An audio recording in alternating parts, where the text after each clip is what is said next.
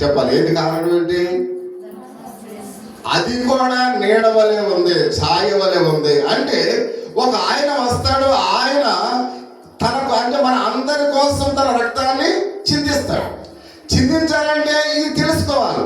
ఎవరు? ప్రజలు తెలుసుకోవాలి. అంటే రక్తము ద్వారా మాత్రమే పాపములు క్షమించబడుతున్నాయని యూదులు నమ్మేవారు కనుక ఇప్పుడు పాపం పోవాలంటే పరిశుద్ధుడైన దేవుని యొక్క రక్తము చిందించాలి. కానీ అందుకనే అది ఎట్ల యొక్క రక్తం ద్వారా అది పాపం క్షమాపణ పొందరు. అంటే అది కేవలం ఎలా ఉంది? ఛాయ ఉంది. అంటే పరిశుద్ధుని యొక్క రక్తము చిందించడానికంటే వాళ్ళు అప్పటి వరకు ఆచార సంబంధమైన వాటిని చూస్తున్నారు కనుక, కాబట్టి యేసుక్రీస్తు వారు కూడా ఎలా వధింపబడిన తర్వాత అంటే వాళ్ళు తెలుసుకోవాలంటే యేసుక్రీస్తు నిజమైన రక్తం మాత్రమే మన పాపములు క్షమించబడ్డది.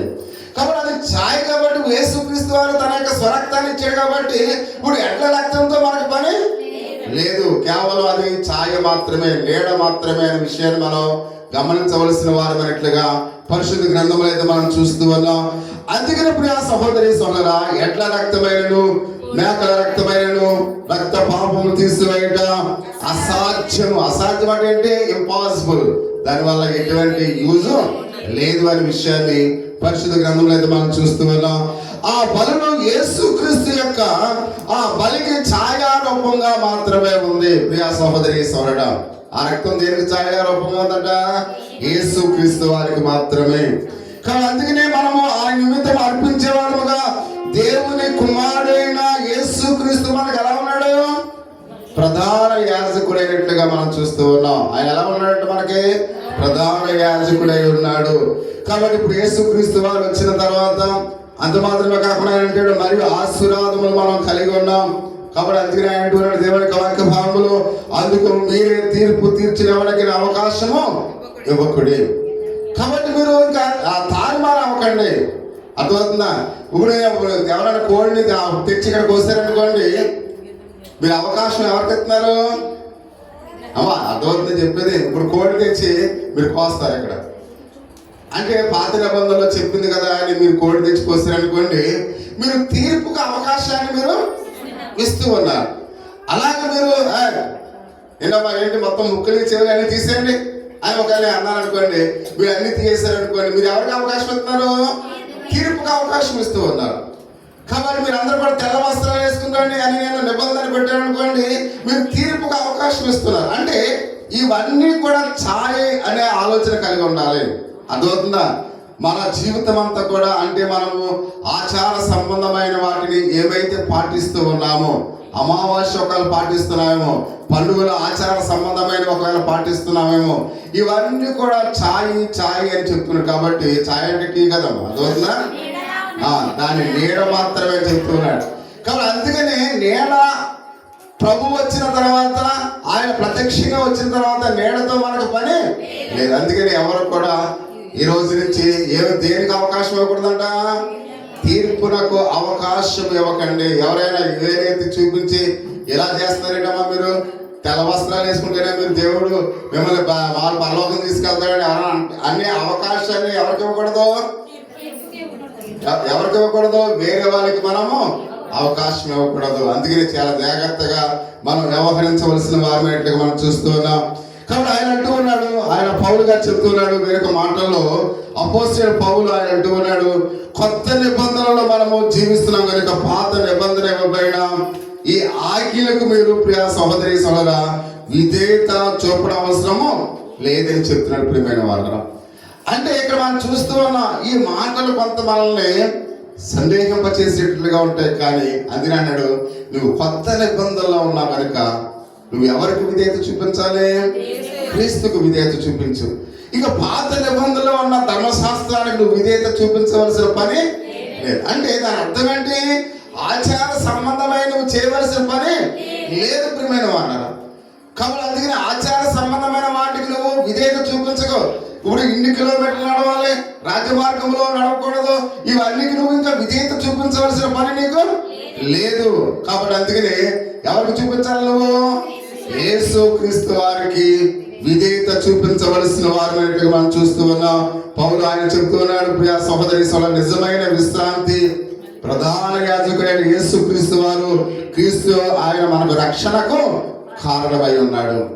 యేసు క్రీస్తే మనకు రక్షణకు కారణమైనట్లుగా మనం చూస్తూ ఉన్నాం. అందువల్ల దీన్ని ఛాయగానే పాత నిబంధనలో విశ్రాంతి ఎలా ఉందంట అంటే ఈ విశ్రాంతి దినం మనకి దేనికి ఛాయగా ఉంది? నిత్య విశ్రాంతికి సాదృశ్యంగా ఉంది. అంటే మన ఆదివారం విశ్రాంతి దినం అన్నామంటే దాని అర్థం ఏంటి? పరలోక రాజ్యంలో ఒక రోజు నిత్యమైన విశ్రాంతి ఉంది, దానికి ఇది కూడా ఛాయ. ఇది ఎప్పుడు ముగిసిపోద్ది అమ్మ చెప్పాలి? ఇది ఎప్పుడు ముగిసిపోద్ది? నిజమైన విశ్రాంతిలోనికి వెళ్ళిన తర్వాత మనం ఈ విశ్రాంతితో పని ఉండదు. మీకు అసలు అప్పుడు దాకా దేనితో పని? ఈ విశ్రాంతితో పని. కాబట్టి మనం నిజమైన విశ్రాంతిలోకి వెళ్ళిపోయాం అనుకోండి. ఇప్పుడు యేసుదాస్ గారు ఎక్కడ ఉన్నారు? ఆయన పరలోకంలో ఉన్నాడు. ఆయనకి ఈ విశ్రాంతితో పని లేదు. వెంకటరావు గారు ఎక్కడైనా పరలోకంలో, ఈ విశ్రాంతితో పని ఆయనకి లేదు. ఈ విశ్రాంతితో పని ఎవరికి ఉంది? సజీవులుగా ఉన్న మనకుంది. ఒకవేళ ఈ విశ్రాంతిలోనికి వెళ్ళకపోతే ఆ విశ్రాంతిలోనికి మనం చేరలేం ప్రియమైన వాళ్ళు. అందుకనే నిత్య విశ్రాంతిలోనికి వెళ్ళాలంటే ఈ విశ్రాంతిలోనికి రావాలంటే నిజమైన విశ్రాంతి, అది మనకి నిజమైన వస్తువుగా ఉంది. ఇది ఛాయ వల్ల ఉంది ప్రియా సహోదరీశ్వరుడు. అందుకనే ప్రతి విషయంలో కూడా ఆయన మాట్లాడుతూ ఉన్నాడు. మిగతా విషయానికి మనం చూద్దాం. యేసు క్రీస్తు వారు ప్రత్యేకమైన ప్రధాన యాజకుడిగా ఎందుకని ఉన్నాడు? ఈ విషయాన్ని పాత నిబంధన తెలియజేస్తుంది ప్రియమైన వారు. అంటే కొత్త నిబంధనలో ఆయన ప్రధాన యాజకుడిగా ఎందుకు ఉండవలసి వచ్చిందో ఏం తెలియజేస్తుంది? పాత నిబంధన తెలియజేస్తుంది. పాత నిబంధన ఏం తెలియజేస్తుంది? వాక్యం మీకు అర్థమైతే చెప్పాలి ఒక ముక్కలో. పాత నిబంధనలో అంటే యేసుక్రీస్తు వారు ప్రధాన యాజకుడిగా ఎందుకు ఉండాలో పాత నిబంధన తెలియజేసింది. ఎందుకు తెలియజేసింది అమ్మా చెప్పండి? అంటే మనం ఒకసారి వినాలి మీరు. అంటే పాత నిబంధన ఎందుకు తెలియజేస్తారు అంటే ఆ పాత నిబంధనలో ఉన్న ప్రధాన యాజకుడు విధి ఏంటో అక్కడ ఉన్న వాళ్ళకి తెలుసు. కాబట్టి ఆ విధి ఏంటి? పాప క్షమాపణ కొరకు ఒక పొట్టేలను ఒక కోడేలను వధించాలి. కాబట్టి అందుకనే ఆ వాళ్ళు ఎందుకు తెలియజేస్తారు? యేసు క్రీస్తు వారు కూడా తన సొంత రక్తాన్ని ఆయన ఒకరోజు ఇవ్వాలి. కాబట్టి అందుకనే ఆయన ప్రధాన యాజకుడిగా ఎందుకు ఉండాలో పాత నిబంధనలు మనకు చూస్తూ ఉన్నాం.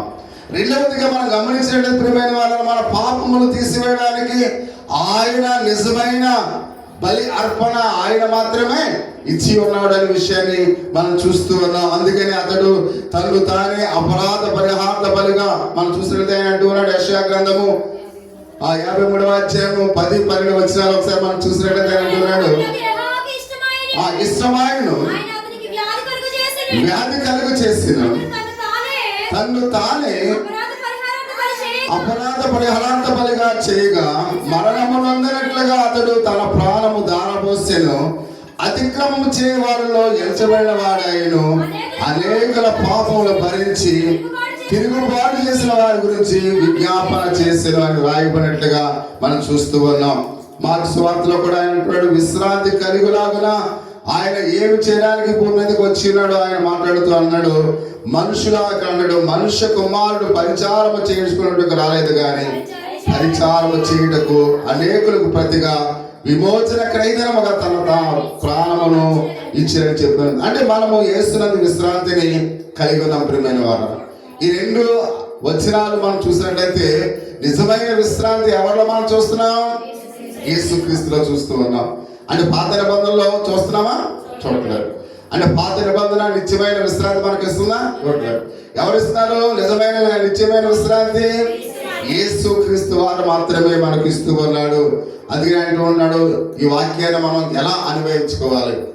అన్వయింపంటే ఏంటి? దాని అర్థం ఏంటి?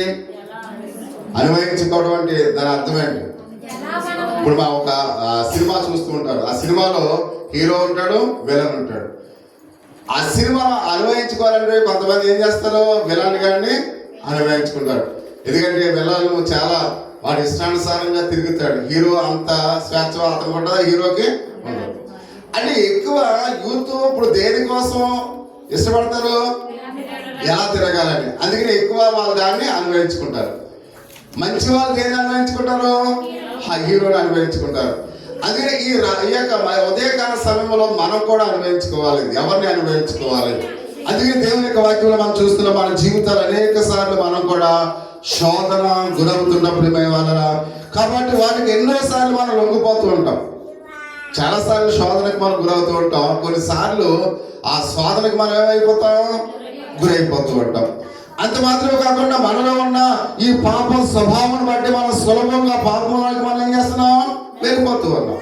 అంటే మనుషుడు పాప స్వభావాన్ని బట్టి పాపంలో పడిపోవడానికి ఎక్కువ అవకాశము ఉంది అనే విషయానికి మనం చూస్తున్నాం. అందుకని ప్రతి ఒక్క పాపం నుండి ఏం చేస్తున్నాడు, దేవుడు మనల్ని శిక్షిస్తూ ఉన్నాడు.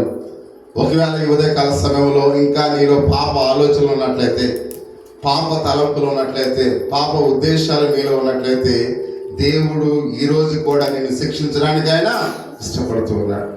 నన్ను కూడా శిక్షించడానికి ఆయన ఇష్టపడుతూ ఉన్నాడు. అంటే దేవుని శిక్ష, ఆ విధి నుండి మనం తప్పించుకోవాలంటే మన పాప స్వభావాన్ని మనం పక్కన పెట్టాలి.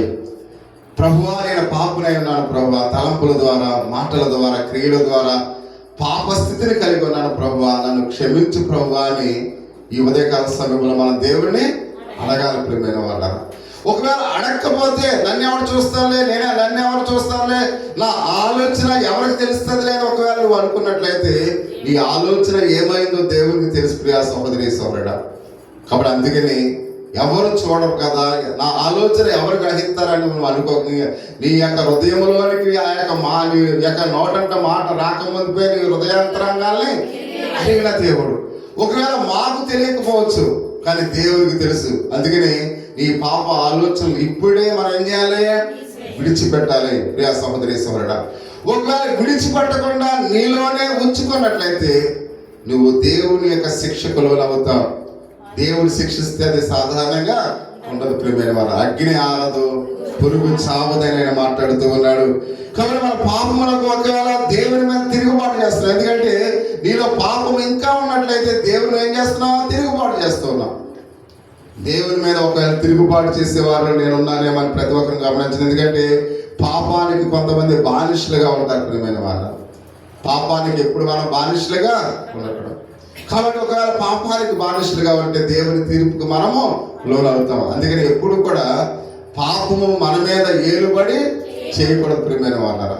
కాబట్టి అందుకని ఒకవేళ మన మీద పాపము ఏలుబడి చేస్తుందేమో, ఇంకా పాపములోనే ఆ బానిసత్వంలో ఒకవేళ బ్రతుకుతున్నామేమో, ప్రభువా నన్ను ఆ పాపము సంఖ్య నుండి నన్ను విడిపించు ప్రభువా అని మనం దేవుని దగ్గర ప్రార్థించవలసిన వారమైనట్లుగా మనం చూస్తూ ఉన్నాం. కానీ అందుకనే ప్రియ సహోదరి సహోదరుడు, ఈ పాపము చేసే పాప స్వభావం బట్టి అందుకని అన్నాడు 14వ వచనంలో అన్నాడు, దాని యొక్క జాగృలమై మనము ఒప్పుకున్న దాన్ని గట్టిగా చేత పట్టేదేమో అని మాట్లాడదు. అంటే ఇప్పటి వరకు మీరు ఏమైతే విన్నారో అలక్ష్యం చేయకండి, ఇంకా నిర్లక్ష్యం చేయకండి, దాన్ని మీరు గట్టిగా పట్టుకోండి. యేసయ్య నా పాపములు క్షమించున్నాడు, ఆయన నా కోసం తన స్వరక్తాన్ని ఇచ్చి నన్ను సంపాదించుకున్నాడు. కాబట్టి ఈ మాటలు ఒకవేళ నేను విడిచిపెట్టినట్లయితే దేవుని శిక్షకు నేను లోనవుతాను. కాబట్టి ప్రభువా ఈ మాట నుండి నన్ను దూరపరచకయ్యా, నీ మాట నా హృదయంలో ఉంచుకునేలాగా నీ సహాయం నాకు దయచే ప్రభువా అని మనం ప్రాధేయపడి దేవుని మనం అడగవలసిన వారమై ఉన్నాం. ఒకవేళ దేవుని యొక్క మాట నిర్లక్ష్యం చేసినట్లయితే, దేవుని మాటను విడిచిపెట్టినట్లయితే దేవుని ఉగ్రతకు మనము లోనయ్యే వారంగా ఉంటాం. కనుక ప్రభువా నీ మాట నాలో ఉంచయ్యా, నా హృదయంలో ఉంచయ్యా, నీ వాక్యానుసారమైన జీవితాన్ని నేను బ్రతికేటట్లుగా నాకు సహాయం చేయని మనం దేవుని బ్రతిమాలుకుందాం ప్రియా సహోదరి సహోదరుడా. కాబట్టి ఆయన మాట్లాడుతూ ఉన్నాడు, దేవుని యొక్క వాక్య భాగంలో ప్రధాన యాజకుడిగా ఆయన మన కొరకు తన రక్తాన్ని చెల్లించి ఉన్నాడు ప్రియా సహోదరి సహోదరుడా. మనకు విశ్రాంతిని ఇవ్వడానికి ఆయన ఇష్టపడ్డాడు. కాబట్టి యేసయ్య ఆ నిత్యమైన విశ్రాంతిని ఇచ్చినందుకు నీకు వందన. ఇందాక మనం చూస్తాం, ఫస్ట్ లో మనం చూస్తాం, ప్రారంభంలో ఆ కథను ఒకసారి జ్ఞాపకం చేసుకుని ప్రార్థన చేసుకుందాం. కాబట్టి ఆ బరువు మోసి ఇక్కడ మొయ్యడానికి గమనించారు, ఆ మార్గాన్ని ఒకసారి జ్ఞాపకం చేసుకోండి. ఆ బరువు మొయ్యలేక దేనికోసం ఎదురు చూస్తున్నాడు, ఆటో కోసం ఎదురు చూస్తున్నాడు. ఆటో రాగానే అతను ఎంతో సంతోషపడ్డాడు. అలాగే మన పాప భారాన్ని మనం భరిస్తున్నప్పుడు ఆ పాప భారం నుండి వచ్చే శిక్ష గురించి మనం ఎంతో నలిగిపోతున్నాం. కానీ యేసయ్య ఆయన నీ కొరకు అన్నాడు, లోక పాపములు మోసుకుని పోవు దేవుని గొర్రె పిల్లవలే ఉన్నాడు. నీ పాపాన్ని మొయ్యలేక నువ్వు అలసిపోతున్నావేమో, నీ పాపాన్ని భరించలేక నువ్వు కృంగిపోతూ ఉన్నావేమో, కానీ యేసయ్య నీ పాప భారానంతటిని కూడా తన భుజాల మీద వేసుకుని, కాబట్టి ఎప్పుడైతే చూడండి మనం మోసుకొస్తున్నాం అనుకోండి, శిరశ్రీను ఒక మూట మోసుకొస్తున్నాడు అనుకోండి, ప్రతిమ ఎలాగినాను నేను ఎత్తుకుంటాను, ఇప్పుడు ఎత్తుకోలేదు, పెద్ద అయిన తర్వాత ఆ బరువు వస్తుంది, ఎత్తుకుందా అనుకోండి, ఇప్పుడు ఆ నాన్న ఎలా నడుస్తాడు? చాలా ఫ్రీగా సంతోషంగా నడుస్తాడు. కానీ ఆ మూట ఎప్పుడైతే నెత్తి మీద ఉందో అప్పుడు ఎలా నడుస్తున్నాడు? బాధగా నడుస్తున్నాడు. అంటే మనకి ఎవరైనా హెల్ప్ చేస్తే మనం కొంత రిలాక్స్ అవుతాం ప్రియమైన వాళ్ళు. అలాగే ఇప్పుడు యేసయ్య మనకి ఏం చేశాడు? హెల్ప్ చేశాడు. మనం